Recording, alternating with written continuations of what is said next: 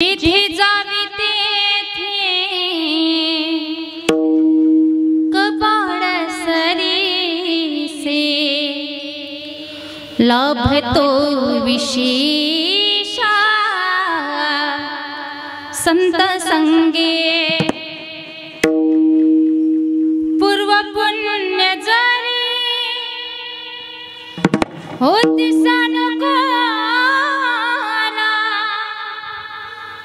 अंतराय मोड नुपजते थे अंतराय मोड नुपजते भाग्यदारी नो है धनपुत्र दारा निकटवास बरा संत पूर्व पुण्य जरी होती सानुकाला अंतराय मोड नुपजेते थे तू कम्हाने हेची करावे मिराशी बड़ी संतापाई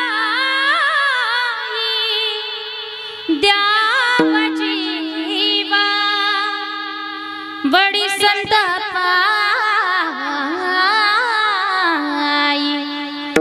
द्यावा जीवा पूर्व पुण्य जरी होती सानुकूल अंतराय मोडा नुपजते थे विठ्ठल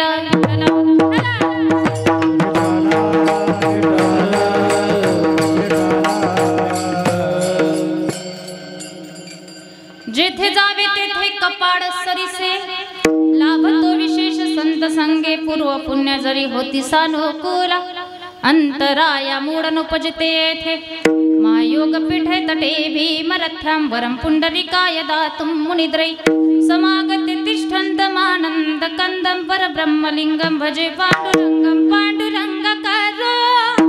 पांडुरंग करो प्रथम नमन पांडुरंग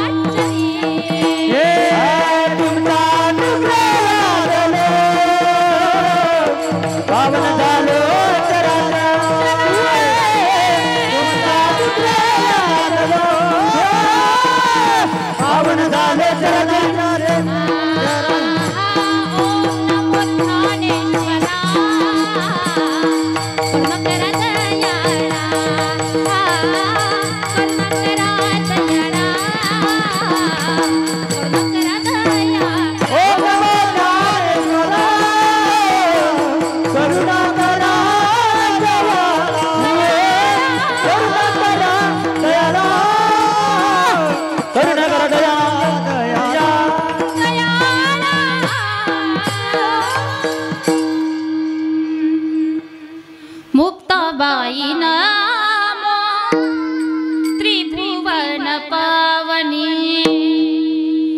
आदत्रय जननी देवाची मुक्ताबाई नाम त्रिभुवन पावनी जय जय श्री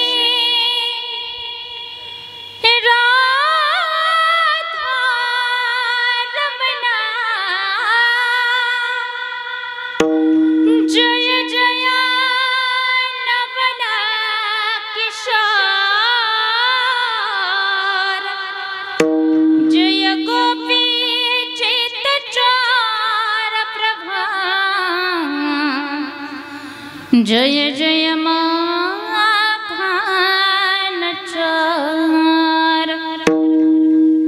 शरण शरण हनुमंता तुम्हालो रामदूता काय भक्तीच्या त्या वाटा मज दावया सुभटा शिव बोडा चक्रवर्ती तयाचे पाय माझे चित्ती मस्तक हे पायावरी यावर करी संतांच्या विठ्ठला विठ्ठला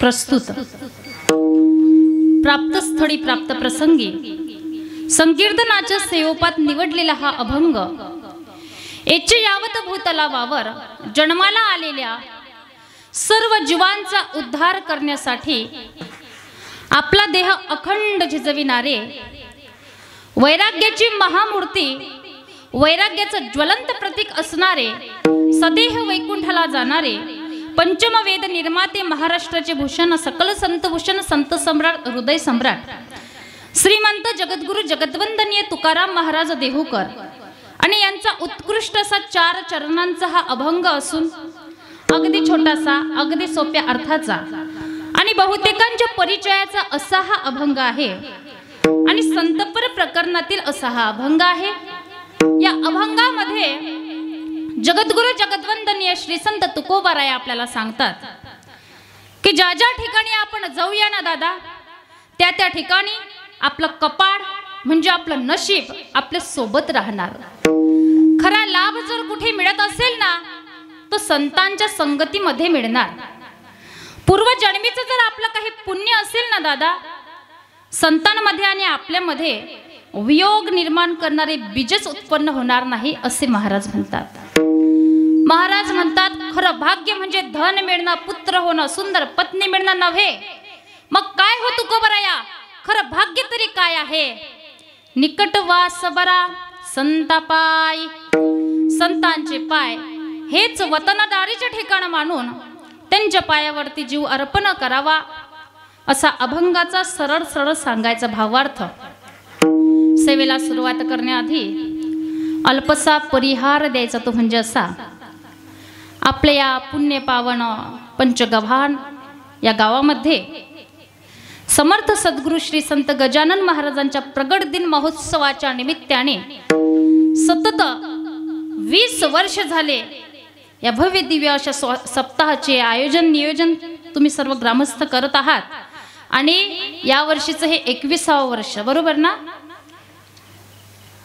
आमचे परम आदरणीय असणारे हरिभक्त पारायण ज्ञानेश्वरजी महाराज मार्के यांच्या अथक मार्गदर्शनाने आणि अथक परिश्रमाने आणि तुम्हा सर्व ग्रामस्थांच्या वतीने या ठिकाणी या सप्ताहाचं आयोजन झालेलं आहे। खरे तर माझी तारीख घेऊन आज जवळपास 1 वर्ष पूर्ण होत आहे बरं का। महाराजांनी कॉल केला होता, मार्के महाराजांनी, तर त्यांच्या माध्यमातून या ठिकाणी सेवेचा योगाला, आमचे विनोद दादा असतील यांच्याही माध्यमातून सेवेचा योगाला आणि तुमच्यासारखे भाग्यवंतांचं दर्शन मला घडालं, सेवा मला मिळाली, हे मी माझं खरंच या ठिकाणी परमभाग्य समजते। धन्य मी मानेन आपुले संचित, किंवा मग तरी माझ्या दैवा पार नाही। खरंच सुंदर या ठिकाणी नियोजन तुम्ही ग्रामस्थांनी केलेलं आहे, कारण नियोजनाची दृष्टी प्रत्येकालाच असेल आबाजी असं नाही ना। कुठल्याही गोष्टीचं नियोजन करायचंय, सप्ताहाचं नियोजन करायचंय, मंडप कसा असावा, साऊंड सिस्टीम कशी असावी, गायक वादक कसे असावेत, अगदी वस्तुस्थितीनं हे ज्ञान महाराजांना आहे, नियोजक कमिटीला आहे। खरंच फार सुंदर नियोजन या ठिकाणी झालेलं आहे।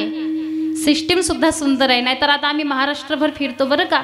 आता मध्यंतरी 2 वर्ष कार्यक्रम बंद होते कारण छोटं बाळ असल्यामुळे, पण आता चालू केलेत, तर आम्ही अख्खा महाराष्ट्रभर फिरलेली आहे मी बरं का। पण कुठं काय असते, एखाद्या वेळेला साऊंड सिस्टीमचा फार मोठा सेटअप लागलेला असतो। कीर्तनाला गेले आणि तिथं कीर्तनामध्ये गेल्यानंतर मी म्हटलं, दादा थोडा माईकला विको द्या हो। मग दादाकडे मी बघत होते, दादा तिथं थांबलेच नाही हो, दादा घरी गेले बरं का, आणि विको मंजनची बाटली आणली माझ्या समोर ठेवली, म्हणे हे घ्या ताई विको। पण इथं मात्र तसं नाही, सुंदर ऑपरेटिंग दादा करतात, सुंदर नियोजन तुमचं आहे आणि ऐकणारे श्रोतेही हुशार आहेत। आणि अशा या तयारीच्या वातावरणामध्ये आपण भगवत चिंतन पाहणार आहोत। विठ्ठल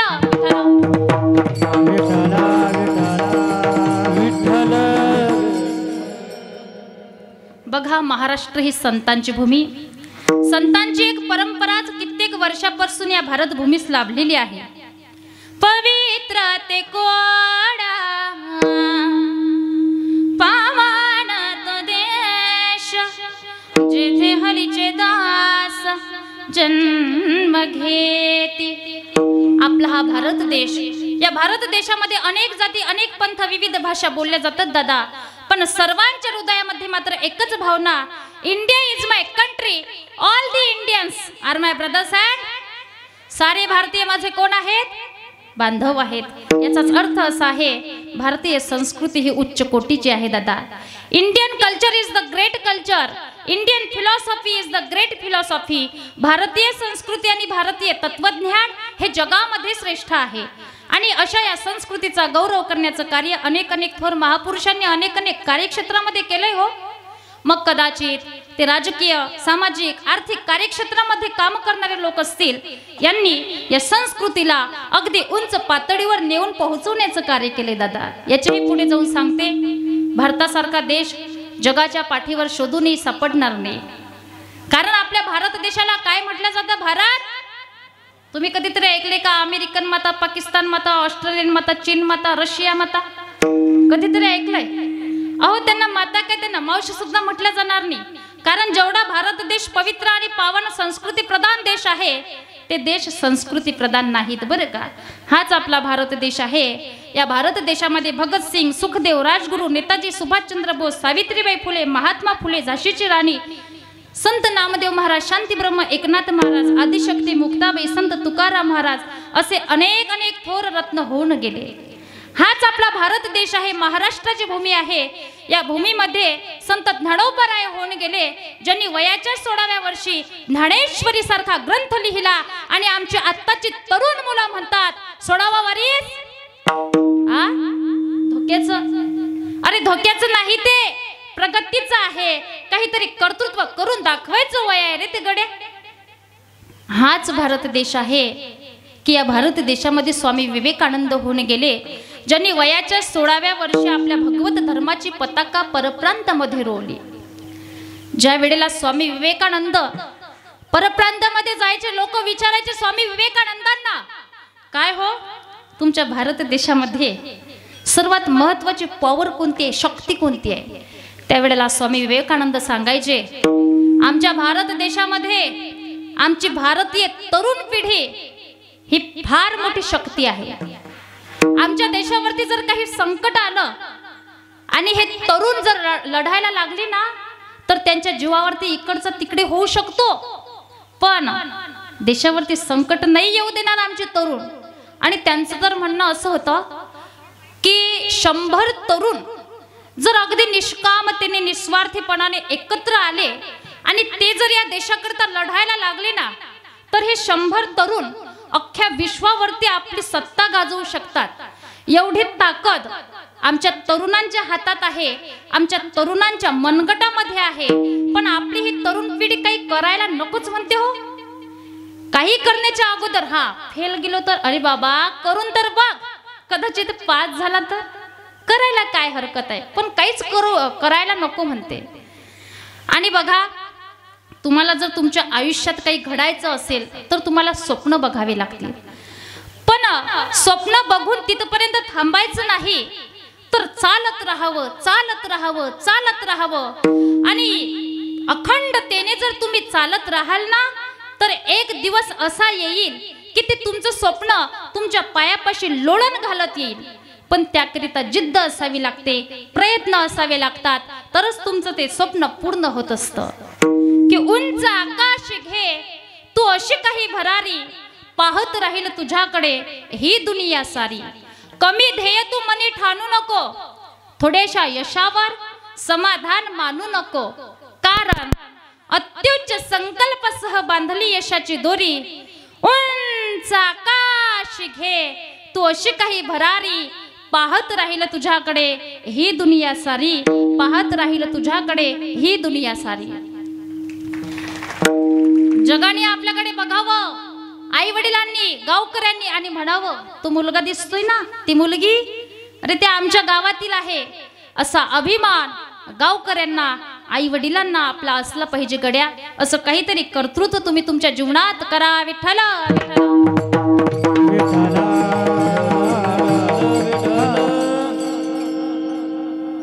या ठिकाणी भाग्यवान लोक तुम्ही आहात की कीर्तनाला तुम्ही येता. कारण कुणीही नाही येत दादा या कथा कीर्तनाला. अरे सपने तो सभी सजाते हैं लेकिन टूट जाते हैं, ठीक उसी तरह शुरू कथा कीर्तन में तो वही लोग आते हैं जिन्हें हमारे राम और कृष्ण बुलाते हैं, जिन्हें हमारे राम और कृष्ण बुलाते हैं. त्यासाठी परंपरेचं पुण्य असावं लागतं. कुणीही नाही येत या कथा कीर्तनाला. निवडलेला अभंग तुकोबारायांचा आहे. तुकोबारायांच्याच शब्दांनी या अभंगावरती आपल्याला चिंतन करायचं आहे. तुकोबारायांचा अधिकार सामान्य नाही माझ्या राजांनो. अरे घरात नाही आण, गावात नाही मान, तरी चित्तात समाधान जगद्गुरु तुकोबाराय. तुकाराम तुकाराम नाम घेता कापे यमा, तुकाराम तुकाराम असा ज्यांचा अधिकार त्या तुकोबारायांचा अभंग सेवेकरता निवडला. आणि या अभंगातून महाराज आपल्याला संतांचं महत्त्व प्रतिपादन करतात. पण या कलियुगामध्ये खरे संत ओळखणं फार कठीण झालंय. अरे कुणीही स्वतःला संत म्हणायला लागलंय. कुणी देव अंगात आणून स्वतःला संत म्हणून घेतात, कुणी जादूटोना करून स्वतःला संत म्हणून घेतात, कुणी भगवे कपडे परिधान करून स्वतःला संत म्हणून घेतात. मग संत तरी कुणाला म्हणावे आणि वैष्णव कुणाला म्हणावे? दोन प्रश्न. तुम्ही म्हणाल ताई आम्ही कीर्तनकाराला वैष्णव म्हणावे का? तर नाही बाबा. कारण कीर्तन करी सिपारी कीर्तनकारची होशी, परी वैष्णवाना होशीर जाना. कीर्तनकार होऊ शकतो, वैष्णव नाही. तुम्ही म्हणाल ठीक आहे ताई मग कथा करायला म्हणावं का वैष्णव? पुराणकारी सिपारी पुराणे कहोशी,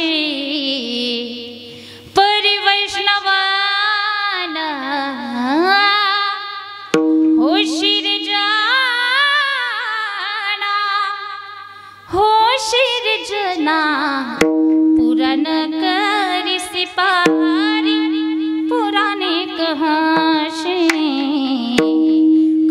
कथाकार होऊ शकतो, वैष्णव नाही. पण या सर्व गोष्टी करून जो देवाचे अखंड नाम चिंतन करत असेल तो खरा वैष्णव. नामा म्हणे नाम केशवाच घेशी तरीच वैष्णव होशिरे जना. आता हे झालं वैष्णवांच्या बाबतीत. मग संत कुणाला म्हणावे? आता कुणी कुणी भगवे कपडे परिधान करून स्वतःला संत म्हणून घेतात. मग भगवे कपडे परिधान करणाऱ्याला संत साधू संन्यासी म्हणावे? एखाद्या कुत्र्याचा सुद्धा भगवा रंग असू शकतो ना, बरोबर आहे ना आजी? पण त्याला काय अनुभव? भगवे तरी श्वाना सहज वेश त्याचा तेथे अनुभवाचा काय प्रश्न. भगव धारण करून साधू संत संन्यासी होता येत नाही. त्यासाठी वैराग्य असणं फार फार गरजेचं आहे. एखाद्या वेळेला संसारी माणूस सुद्धा संन्यासी होऊ शकतो. पण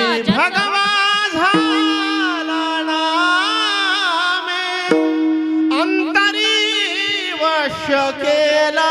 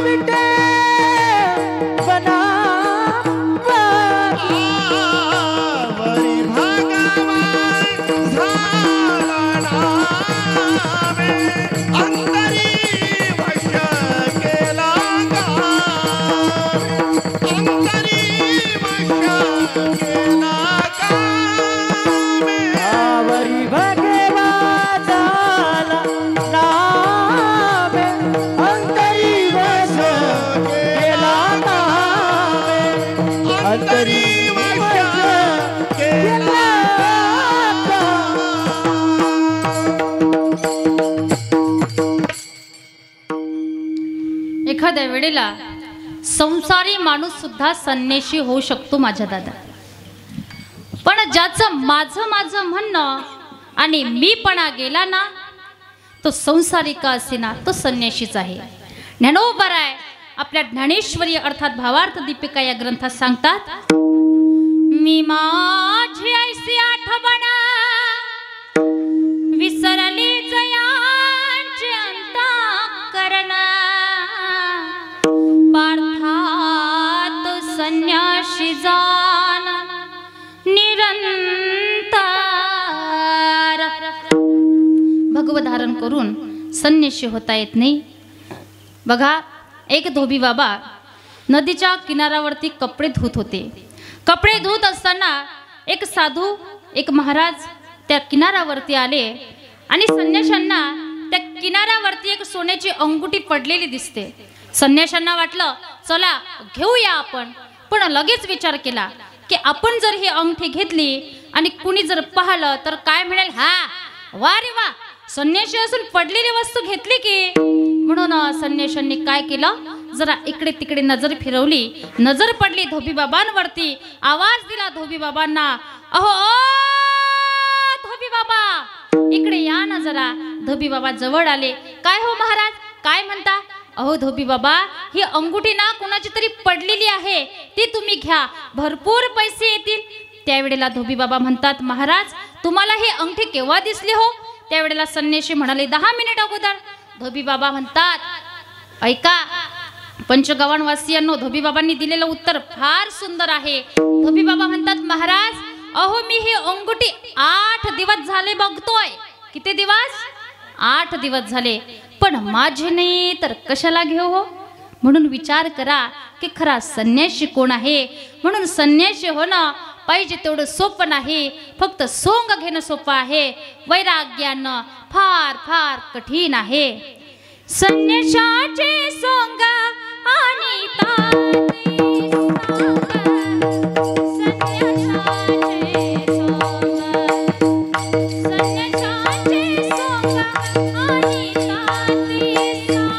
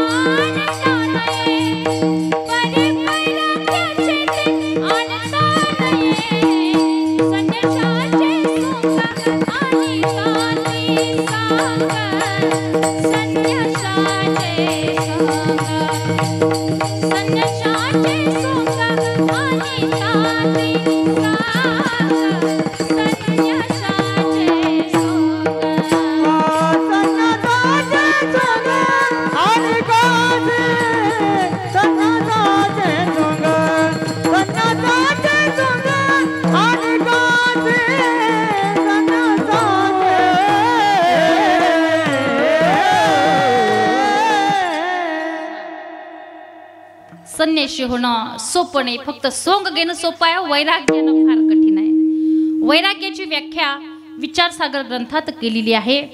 इहलोकापासून ते परलोकापर्यंत अनुकूल असलेल्या त्यागाच्या भोगाच्या इच्छेस वैराग्य म्हणतात. झोपल्या नाही ना तुम्ही?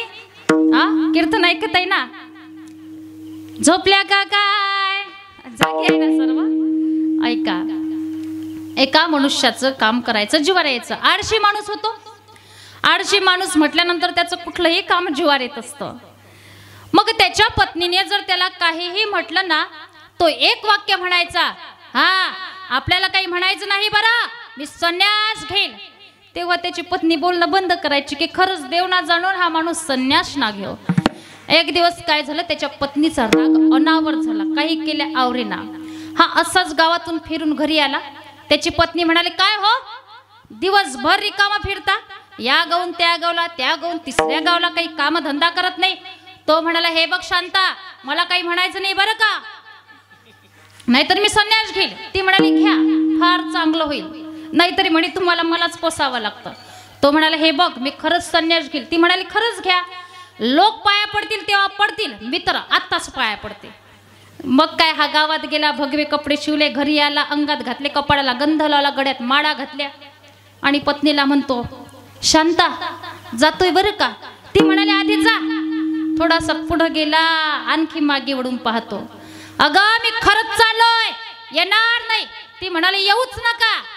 थोडासा पुढं गेला, गल्लीत उभा राहिला, आणखी तिच्याकडे मागे वळून पाहतो, शांता अगं तुला खोटं वाटतंय का? मी खरंच चाललो, येणार नाही. ती म्हणाली, येऊच नका, आधी निघा. मग काय, बस स्टँड वर गेला. वाटेत त्याला त्याचा मित्र भेटला. मित्राला सांगितलं, घरी जा आणि तुझ्या वहिनीला सांग भाऊ चालले. मित्र घरी आला आणि वहिनीला सांगतोय, वहिनी, ओ वहिनी, भाऊ चालले ना. वहिनी म्हणाली, तुम्ही सुद्धा त्यांचे शिष्यवान सोबत जा.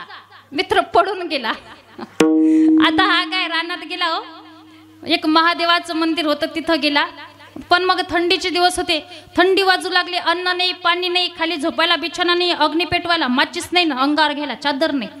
मनात विचार केला, बाबा नसता आलो. पण परत विचार केला, आता घरी जायचं नाही, काही झालं तरी चालेल. 3 वाजले, थंडी जास्तच झाली. नंतर म्हणतोय, बाबा संन्यास घेण्यापेक्षा तिचं बोलणं खाणं पुरेल. चला घरी. आवाज दिला पत्नीला, ए दार उघड. दरवाजा ठोकला, ए दार उघड. तिने आतून आवाज दिला, कोण? संन्याशी का? नाही ग शांता, तुझा पती आलोय, तुझा पती. आणि आता रिकाम फिरणार नाही असा निर्णय घेऊन आलो. विठ्ठल विठ्ठल विठ्ठल विठ्ठल. म्हणून मग संत तुरी कुणाला म्हणावे तर निडोबाराय सांगतात, तेची संत तेची संत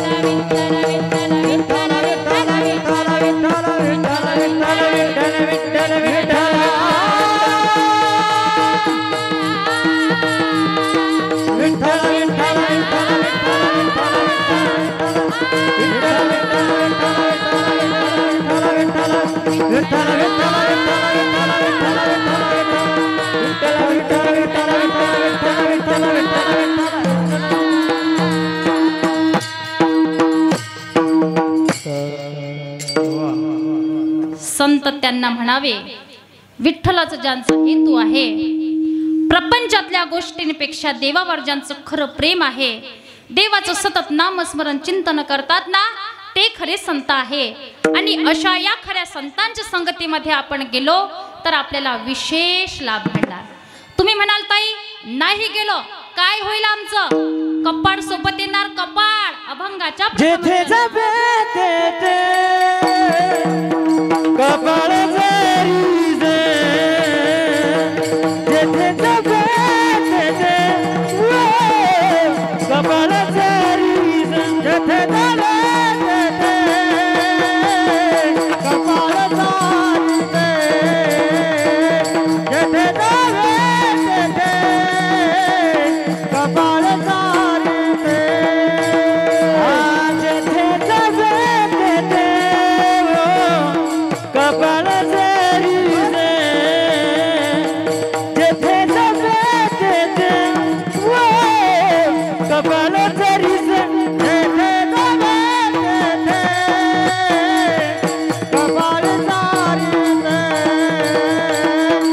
जेथे जावे तेथे कपाळ जरी जे. लाभतो विशेष, लाभतो विशेष संगे, लाभतो विशेष, लाभतो विशेष संगे, पूर्व पुष्पाचरी होती सनकोळा, पूर्व पुष्पाचरी होती सनकोळा, पूर्व पुष्पाचरी होती सनकोळा,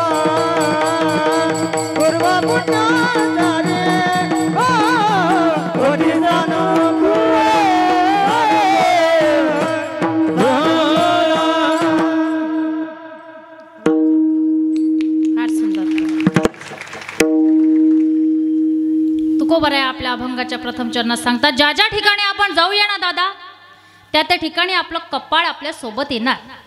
आबाजी, तुम्ही कीर्तनाला आलात, तुम्ही तुमचं कपाळ सोबत घेऊन आला का घरी ठेवून दिलं? सोबत घेऊन आले ना।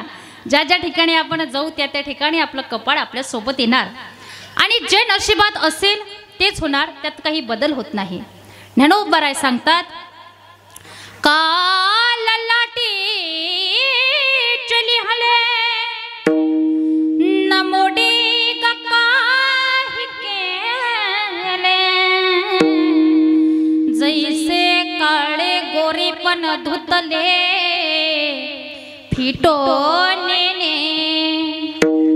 एकदा का माणसाला काळा किंवा गोरा रंग मिळाला म्हणजे तुम्ही त्याला कितीही फेर लावलेला कोणतंही सोप यूज करा, पण त्यामध्ये बदल होत नाही। जे नशिबात असेल ना दादा तेच होतं। एका माणसाला खीर आवडत नाही, त्याच्या पत्नीने त्याला खीर वाढली, त्याचं आणि त्याच्या पत्नीचं कडाक्याचं भांडण झालं, तो रानात निघून गेला। एक आंब्याचं झाड होतं, त्या आंब्याच्या झाडावरती जाऊन बसला। रात्री त्याच झाडाखाली काही चोर चोरी करून येतात। काही चोरांनी तांदूळ साखर चोरलेली असते, काही चोरांनी दागदागिने चोरलेले असतात। चोर मस्तपैकी खीर बनवतात। तुम्ही तोंडाला पाणी सुटू देऊ नका बरं का, कारण आता इथे काही आपल्याला खीर मिळणार नाही। चोर मस्तपैकी खीर बनवतात, अंघोळीला जातात, अंघोळीने येतात, जेवण करायला बसतात। पहिला घास घेतला चोरांनी, तेवढं हा भांडण करून आलेला असतो पत्नीसोबत, याला खोकला येतो, हा खोकतो आणि चोरांना हा दिसतो। चोरेला खाली उतरवतात, चले उतर खाली, पटकन उतर। उतरवलं खाली, त्यावेळेला एक चोर म्हणाला, अरे नक्कीच याने आपण अंघोळीला गेल्यानंतर आपल्या खिरीमध्ये विष टाकलं, मग हे विष टाकलेली खीर आपण का म्हणून खायची, हे खीर यालाच खाऊ द्या। तो म्हणाला, बाबा मला खीर आवडत नाही रे, मी खीर खात नाही, माझं आणि माझ्या पत्नीचं भांडण झालं या खिरी करता आणि तुम्ही सुद्धा खीरच खाऊ घालता। ते चोर म्हणाले, आम्हाला काही सांगू नका, तुम्ही विष कालवले या खिरीमध्ये, आता ही खीर तुम्हालाच खावी लागणार। चोर त्या माणसाला जबरदस्तीने खीर खाऊ घालतात, जबरदस्तीने खीर खाऊ घालतात। याचा अर्थ असा आहे की त्या दिवशी त्याच्या नशिबात खीर होती। अरे जसं नशिबात असेल ना दादा तेच होतं, त्यात काही बदल होत नाही। पण संतांच्या संगतीमध्ये जर तुम्ही गेलात तर निश्चित तुमच्या जीवनात बदल झाल्याशिवाय राहत नाही। कथा कीर्तनामध्ये जर तुम्ही आला ना आणि तुमच्या हातांच्या रेखा विचित्र जरी असल्या ना तरी त्या विचित्र रेखा बदलण्याचं सामर्थ्य या कथा कीर्तनामध्ये आहे। पण आपण कथा कीर्तनाला येतच नाही महाराज, ही फार मोठी शोकांतिका आहे बरं का। खरं तर कथा कीर्तनामध्ये आपण आलो पाहिजे, कारण लाभत विशेष संत संगे। महाराज म्हणतात पूर्वजन्मीचं जर पुण्य असेल तर संतांचे आणि आपली भेट होईल। पूर्व पुण्य जरी होती सानुकूल, पूर्व पुण्य जरी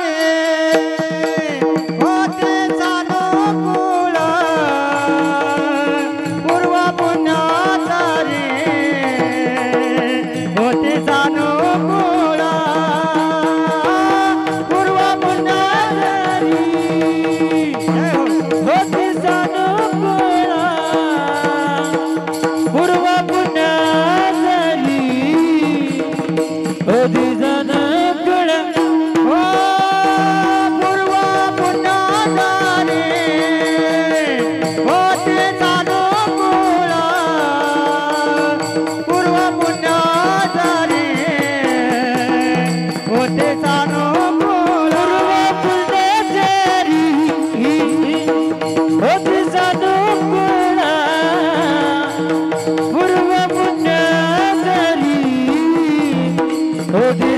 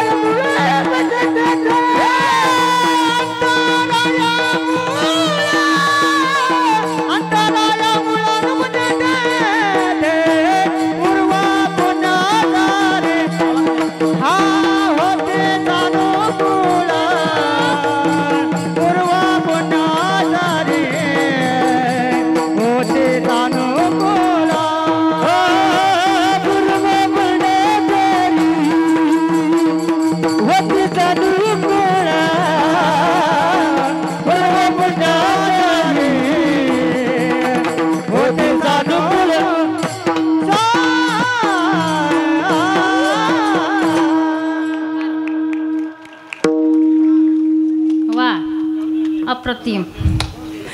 तुकोबराय सांगतात पूर्वजन्मीचं आपलं पुण्य असेल तर संतांची आणि आपली भेट होईल. वल्ल्याकुड्याने माणसं मारून पाप केले पण त्याने पुण्य केव्हा केले? त्यांनी 7 राजनात देवाची साठवण केली. वल्ल्याकुडी माणसं मारून पाप करायचा. आपल्याजवळ जे दगड असायचे, जे गोटे असायचे, त्या माठामध्ये तो टाकायचा. पण ते दगड नसून ते शालिग्राम असायचे.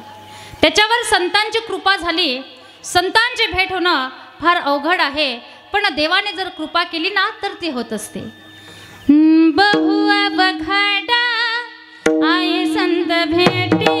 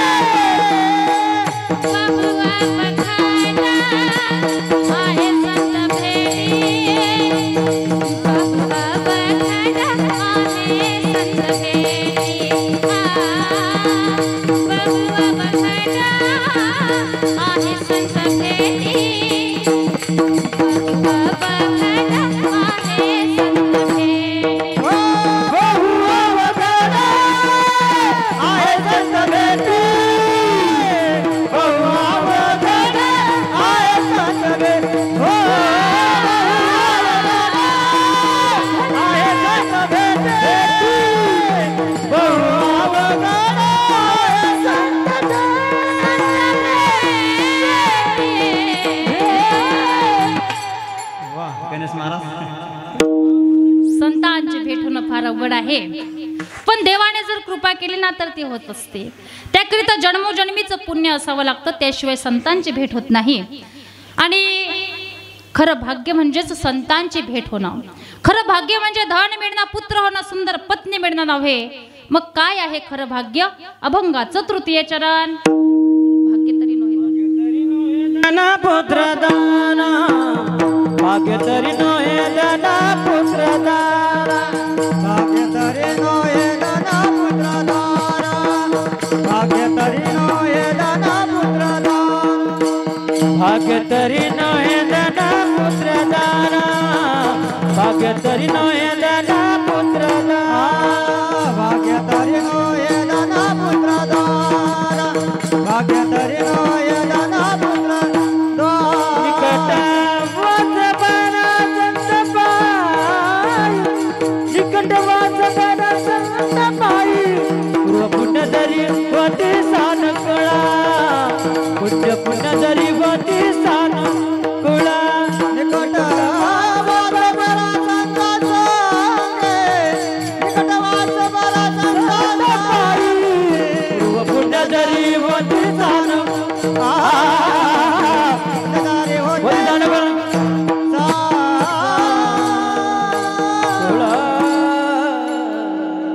तुकोबराय म्हणतात खरं भाग्य म्हणजे धन मिळणं नव्हे.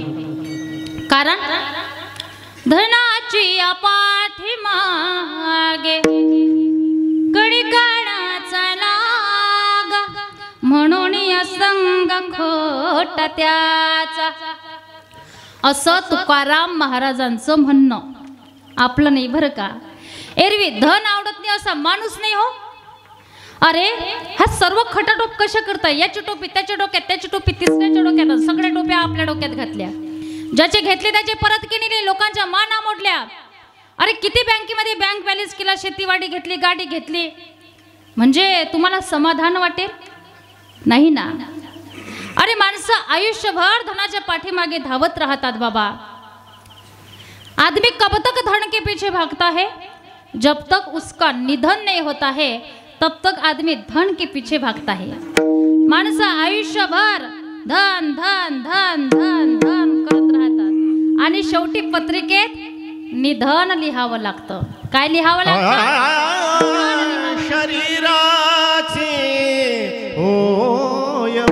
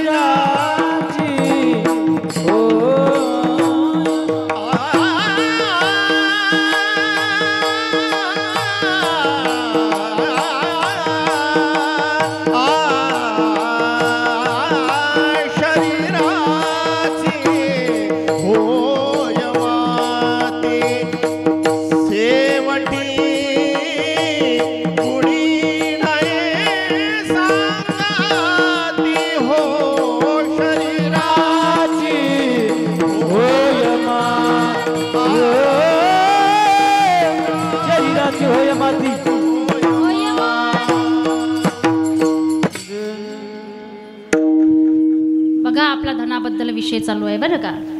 माणसं आयुष्यभर धन धन करत राहतात, शेवटी पत्रिकेत निधन लिहावं लागतं. आता तुम्ही ऐकणारे श्रोते या ठिकाणी हुशार वाटतात, चांगले वाटतात म्हणून सांगते. ए दौलत भी क्या चीज है, ए दौलत भी क्या चीज है, ये दौलत जब साथ होती है ना तो आदमी खुद को भूल जाता है मैं कौन हूँ, और ये दौलत जब साथ छोड़ देती है तो लोग भूल जाते हैं एक कौन था. आपला भरलेला खिसा आपण कसे आहोत हे जगाला दाखवत असतो आणि आपला रिकामा खिसा जग कसा आहे हे आपल्याला दाखवत असतो. धन आवडत नाही असा माणूस नाही बरं का. या महाराष्ट्राच्या भूमीमध्ये, भारत भूमीमध्ये असे काही काही सख्खे भाऊ आहेत जे धनाकरता, इस्टेटी करता, संपत्ती करता स्वतःच्या भावाच्या मानेवरती कुऱ्हाडीने घाव घालायला मागे पुढे पाहत नाहीत. महाराज साने गुरुजींनी आपल्याला एक धर्म सांगितला.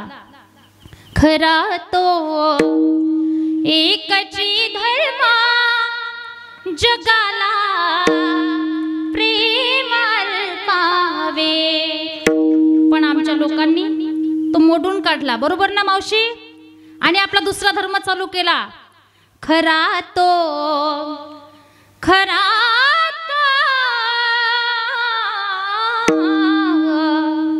खरा तो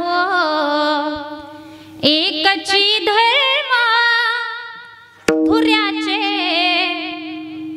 धुर्याचे बांध कोरावे. आणि असे बांध कोरले स्वतःच्या सख्या भावालाही सोडलं नाही माऊली. म्हणून धन मिळणं काही भाग्यवान होता येत नाही. पुत्र होणं हे सुद्धा भाग्यवान होता येत नाही.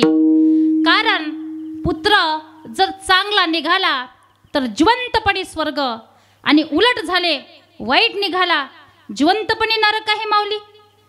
बघा एका गरीब आईवडिलांनी कष्ट करून मुलाला नोकरीला लावले.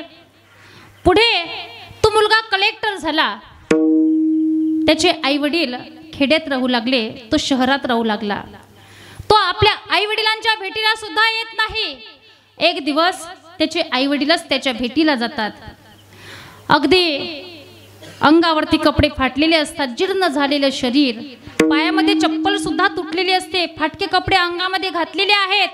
काठी टेकवत टेकवत टेकवत टेकवत ते आईवडील आपल्या मुलाच्या भेटीला जातात. नेमका त्याच दिवशी त्याच्या मुलाचा वाढदिवस असतो आणि वाढदिवसाच्या निमित्ताने खूप मोठी पार्टी ठेवलेली असते. खूप मोठे मोठे लोक त्या ठिकाणी आलेले असतात.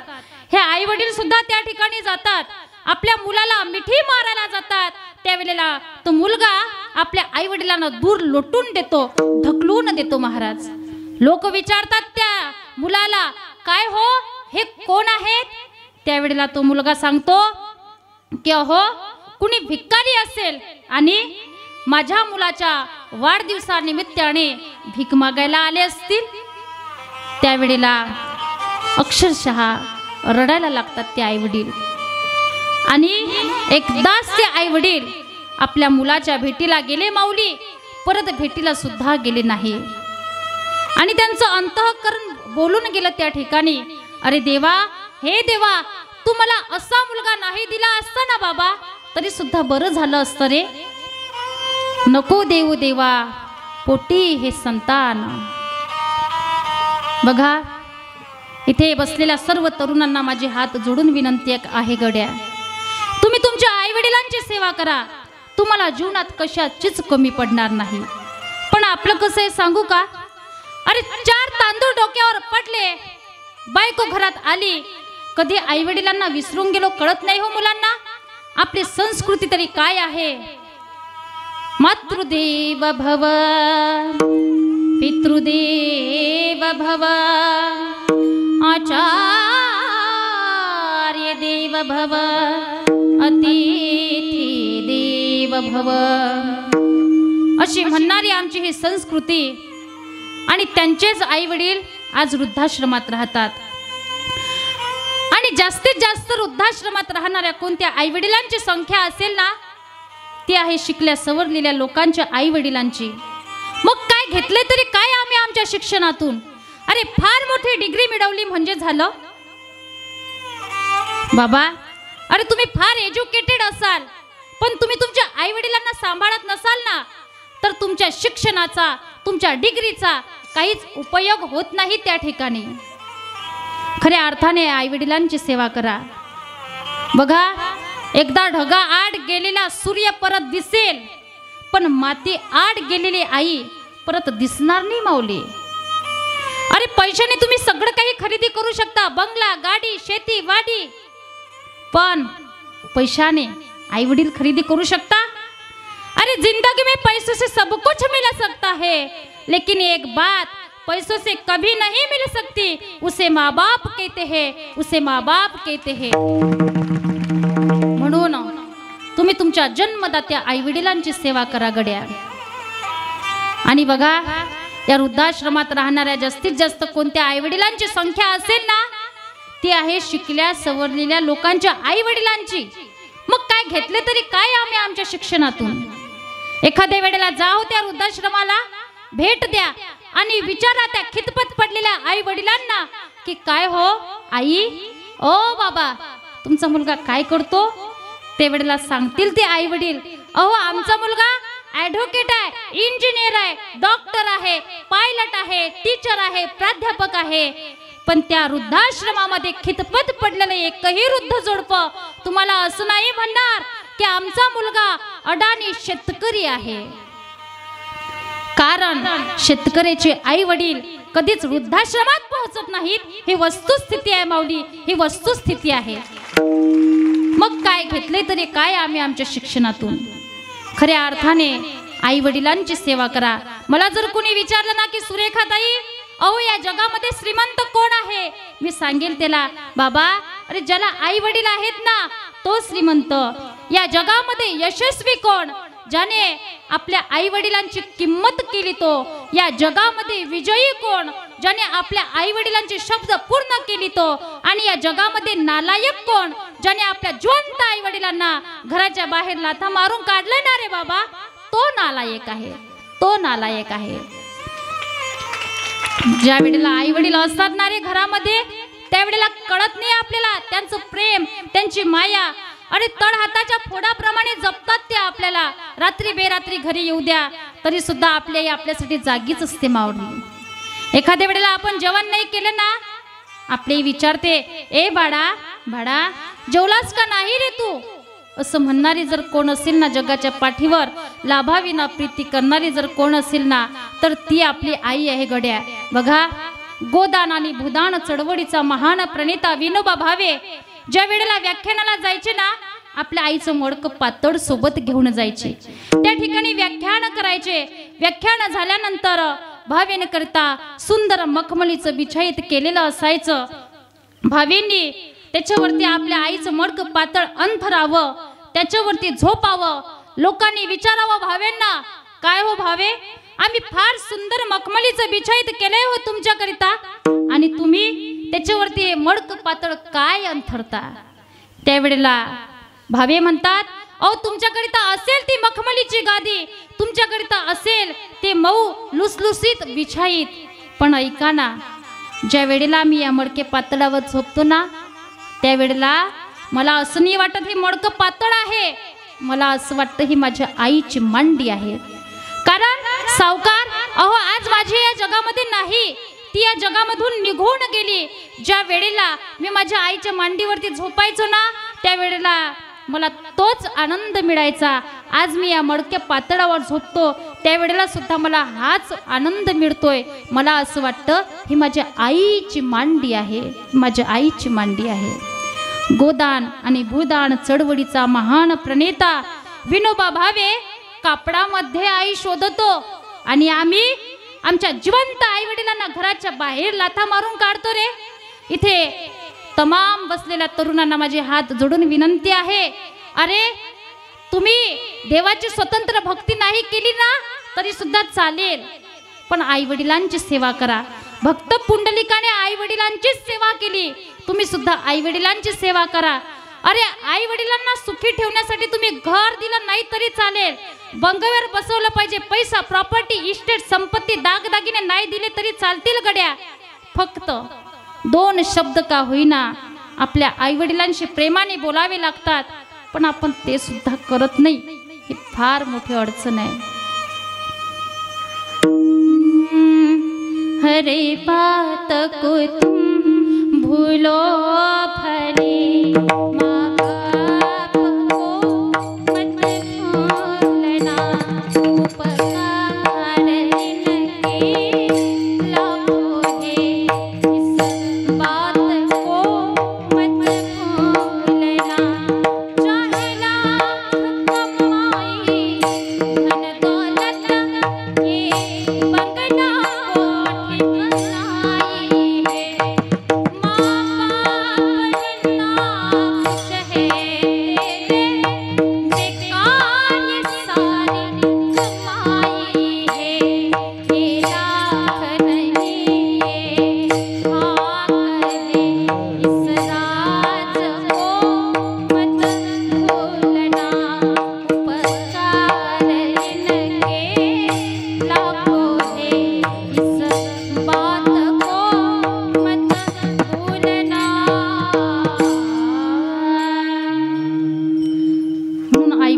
सेवा करा. पुत्र होणं तू कोबर आहे म्हणतात, भाग्यवान होता येत नाही, कारण चांगला निघाला तरच स्वर्ग आहे, नाहीतर त्या ठिकाणी नरकासारखं जीवन आहे. माऊली, सुंदर पत्नी मिळणं सुद्धा भाग्यवान होता येत नाही, मग भाग्य तरी काय आहे. निकटवास बरा संताबाई, संतांच्या पायाजवळ निकट वास्तव्य करणं तुकोबर आहे म्हणता, हेच खरं भाग्य आहे. पण आपण संतांच्या संगतीत जातो का हो? आपण संतांच्या संगतीमध्ये जायलाच तयार नाही माऊली. पण मी सांगेल तुम्हाला, आणि तुम्ही संतांच्या संगतीमध्ये जात असाल ना तर निश्चित तुमच्या जीवनाचं सोनं होईल. पण तुम्ही संगत केली दारुड्याची, वाईट माणसाची, निश्चित तुमच्या जीवनाचं वाटोळ झाल्याशिवाय राहणार नाही. याच्याही पुढे जाऊन सांगते, 100 गाढवांचं मालक होण्यापेक्षा, 100 गाढवांचं वाक्य नीट ऐका, 100 गाढवांचं मालक होण्यापेक्षा एका शहाण्याचं नोकर होणं कधी चांगलं आहे. अरे नालायकांमध्ये बसून आपली इज्जत घालवण्यापेक्षा माडकऱ्यांमध्ये बसून हरिपाठ करायला शिका ना. संतन के संग लाग रे तेरी अच्छी बनेगी, संतन के संग लाग रे तेरी अच्छी बनेगी, संतन के संग लाग रे तेरी अच्छी बनेगी, संतन के संग लाग रे तेरी अच्छी बनेगी, अच्छी बनेगी तेरी बिगड़ी बनेगी, अच्छी बनेगी तेरी बिगड़ी बनेगी, अच्छी बनेगी तेरी किस्मत खुलेगी, अच्छी बनेगी तेरी बिगड़ी बनेगी, रे बने भाग रे तेरी अच्छी वाह, डाल करे। संत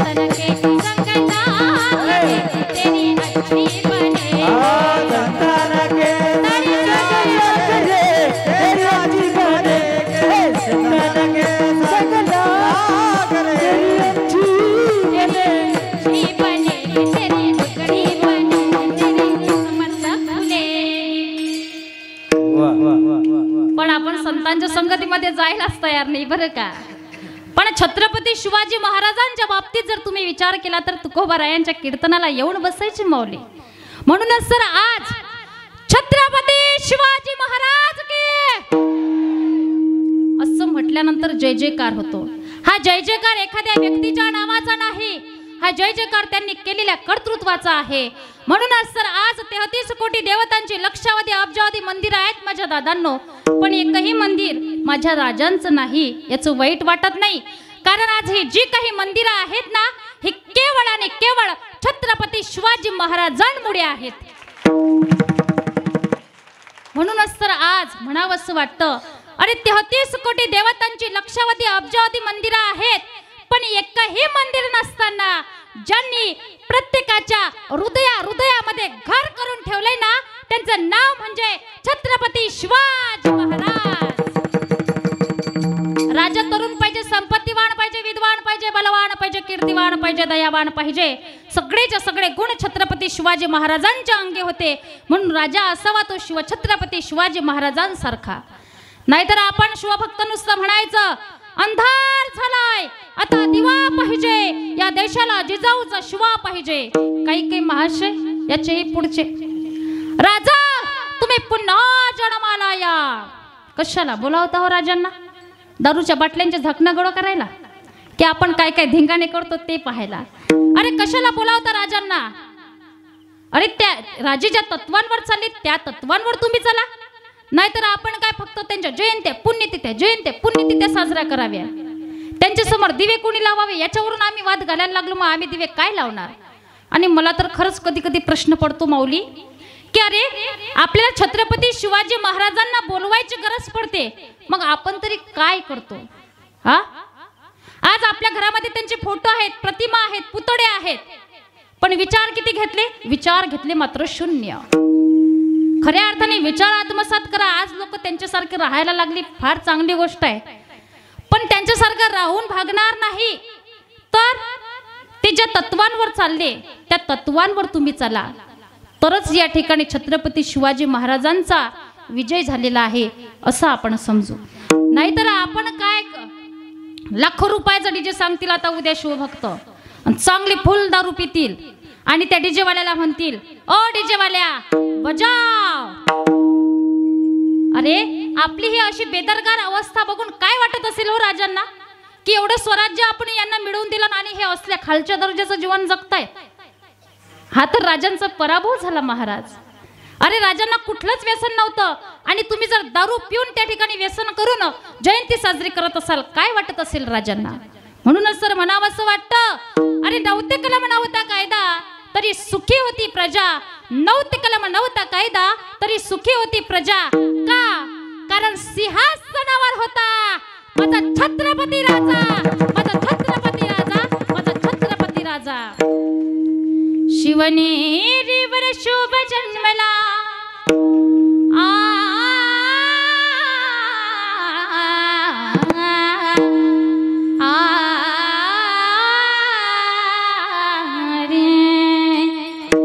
शिवनेरीवर शुभ जन्मला राजांचा अधिपती, साऱ्या राजांचा अधिपती, दैवत छत्रपती नावाचा दैवत छत्रपती. शिवाजी मावळे आम्हाला नाही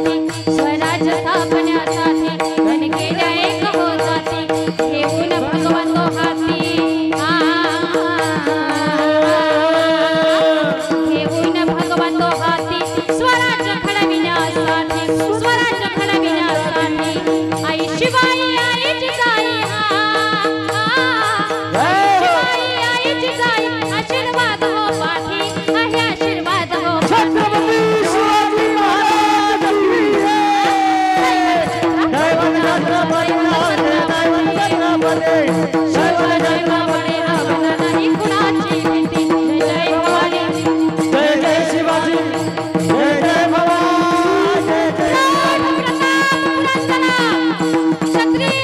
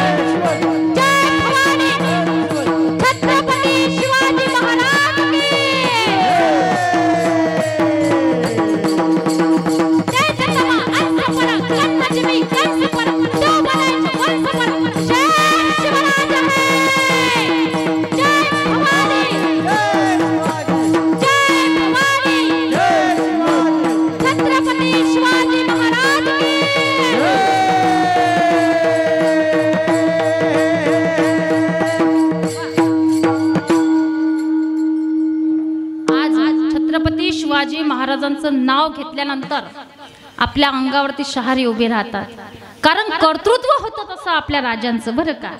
म्हणून राजा असावा तो छत्रपती शिवाजी महाराजांसारखा.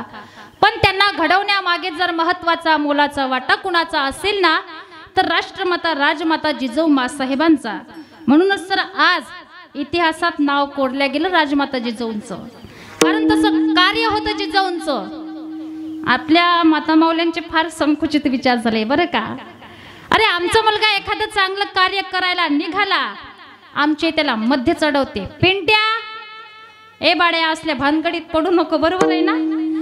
आणि आमच्यासारख्या महिला कीर्तनकार त्यांच्या घरी गेल्या का आम्हाला म्हणतात, ताई आमचा पिंट्या बाड्या असला हुशार आहे ना, त्याला मोबाईल मधलं सगळं कळतं.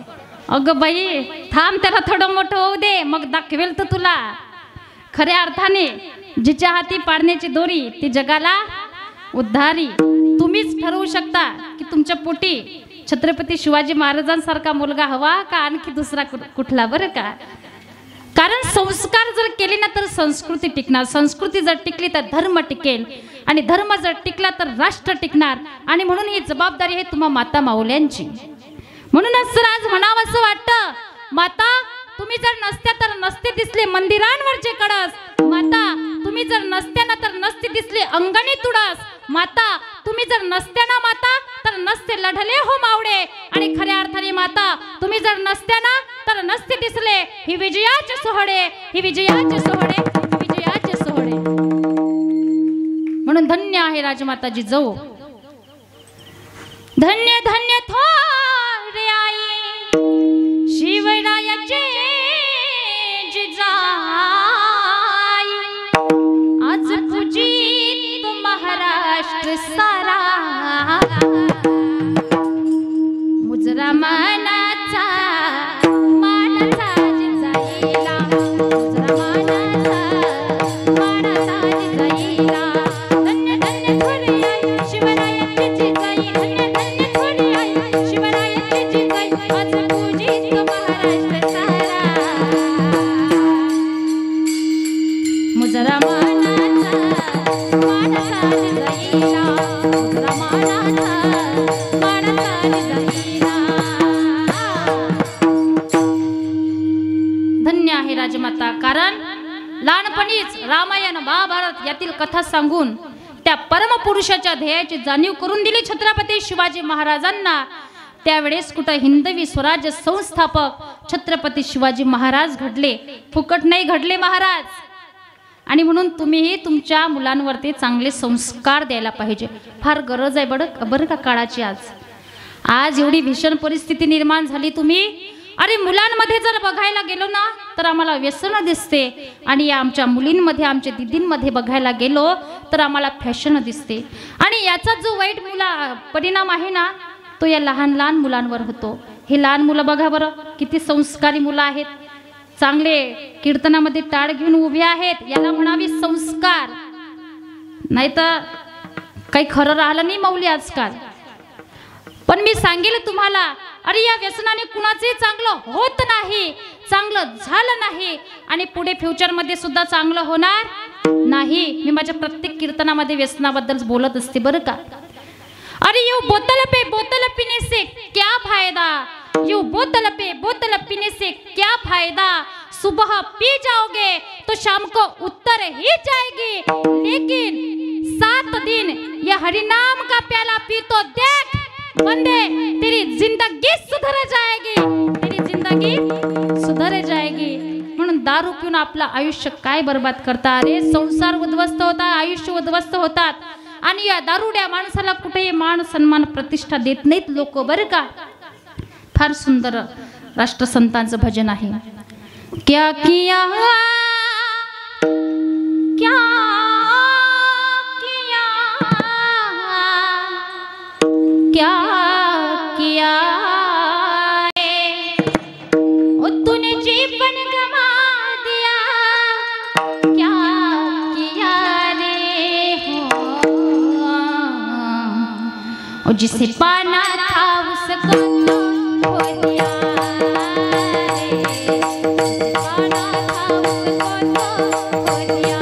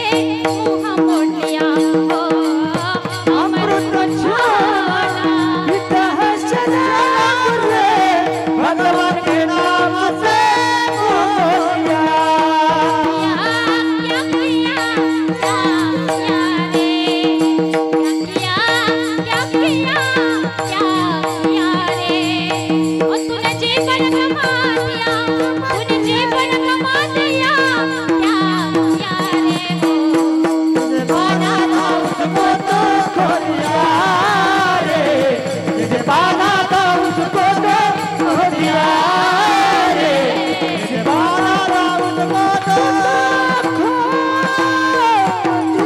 खो दिया. म्हणून हात जोडून विनंती आहे माझ्या दादांनो, अरे जीवनामध्ये व्यसन करू नका आणि दुसऱ्याच्या बहिणीचं जीवन बर्बाद करू नका. जीवनामध्ये व्यसनही करू नका आणि फॅशनही करू नका बरं का. तुम्ही माझ्या सर्व बहिणींसारखे आहात बरोबर ना, आहात ना माझ्या दिदींनो. फॅशन करू नका. आजकाल एवढी फॅशन वाढत चालली हो, तुम्हाला काय सांगावं. अरे जीन्स पॅन्ट टी शर्ट शिवाय दुसरी गोष्टच नाही. अरे बस स्टँडवर जा, त्या मुली बसलेल्या असतात, हातात मोबाईल असतो, चांगल्या बघत असतात. मुलगा आहे का मुलगी हे सुद्धा कळत नाही हो. फार भीषण परिस्थिती निर्माण झाली. पण मी सांगेल तुम्हाला, अरे आईच्या कुशीत झोपण्याचा आनंद, आईच्या कुशीत झोपण्याचा आनंद पुढची पिढी घेऊ शकत नाही का. कारण जीन्स पॅन्ट. जीवनामध्ये माणुसकी सांभाळा. आजकाल माणुसकी शिल्लक राहिली नाही. अरे माणसाने माणसाशी माणसासारखं वागणं याचं नाव आहे माणुसकी. आणि जगातील सर्वात मोठा धर्म जर कोणता असेल ना, तो आहे माणुसकी. हीच मुची प्रार्थना, हेच मुचे मागणे, मानसाने मानसाशी मानसा सम वागणे. धर्म जाती प्रांती भाषा वेश सारी संपुदे, एकनिष्ठा एक आशा, एक रंगी रंगू दे म्हणा, अन पुन्हा पसरो मनावर.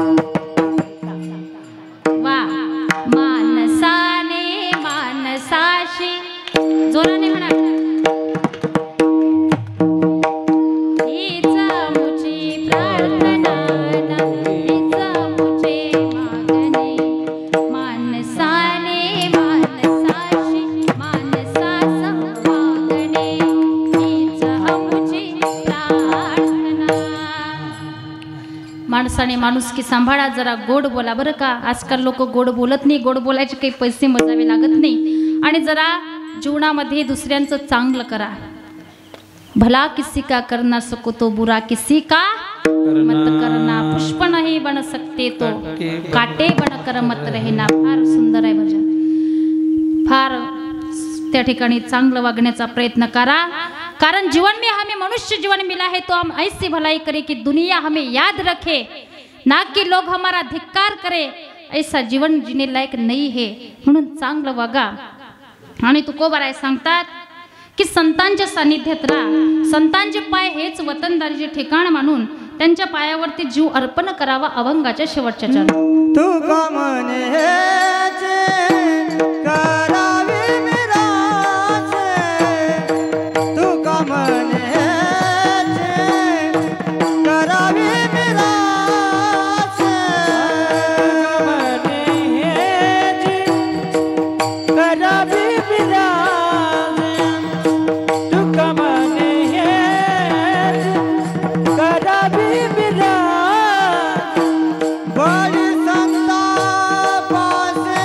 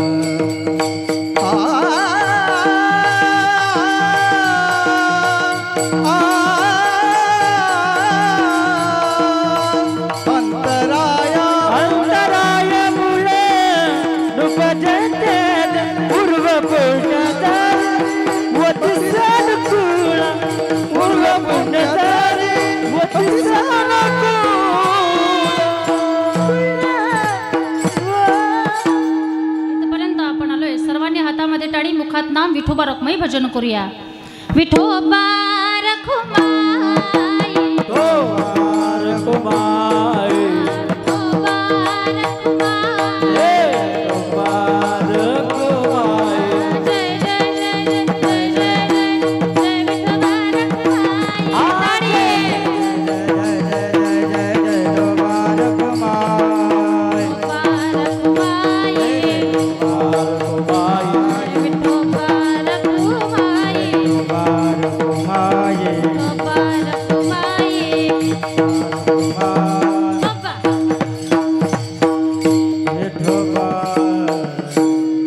तुकोबराय आपल्या अभंगाच्या शेवटच्या चरणात सांगतात, तुका म्हणे हे जे करावी मेराशी बडी संतापाई द्यावा जीव.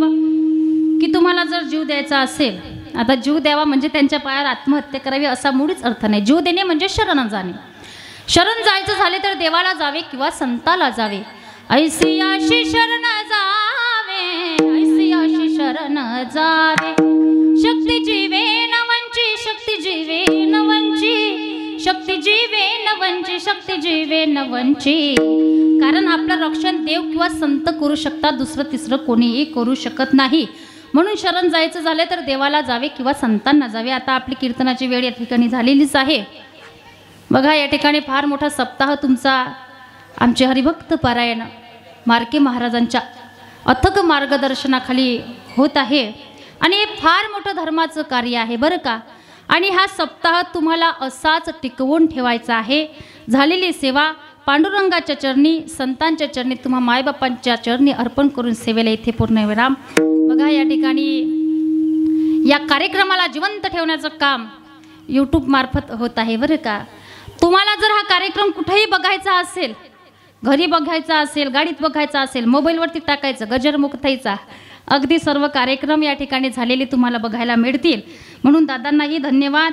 झालेली सेवा या ठिकाणी पूर्णविराम. ज्ञानेश्वरा ज्ञानेश्वर माऊली ज्ञानराज माधव ज्ञानेश्वर माऊली ज्ञानेश्वर माऊली.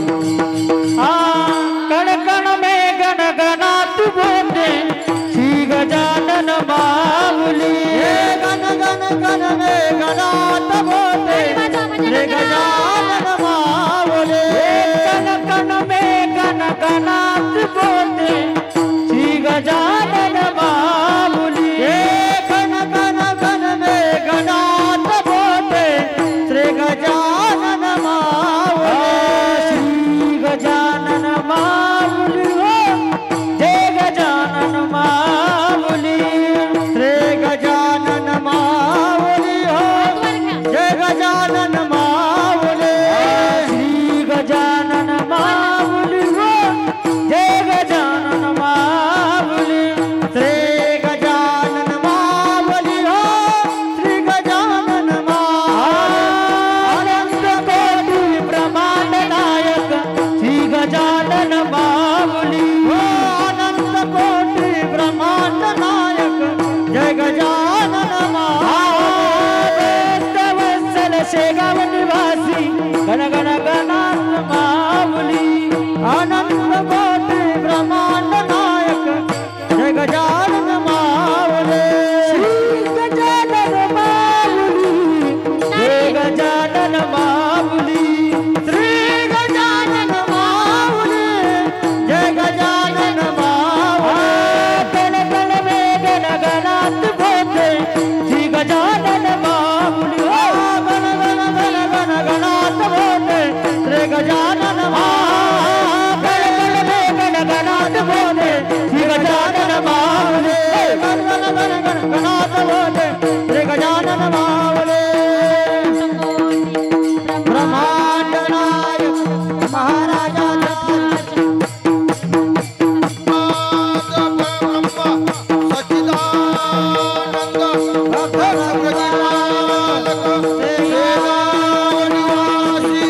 समर्थ सद्गुरु श्री गजानन महाराज की जय. नमो पार्वती पते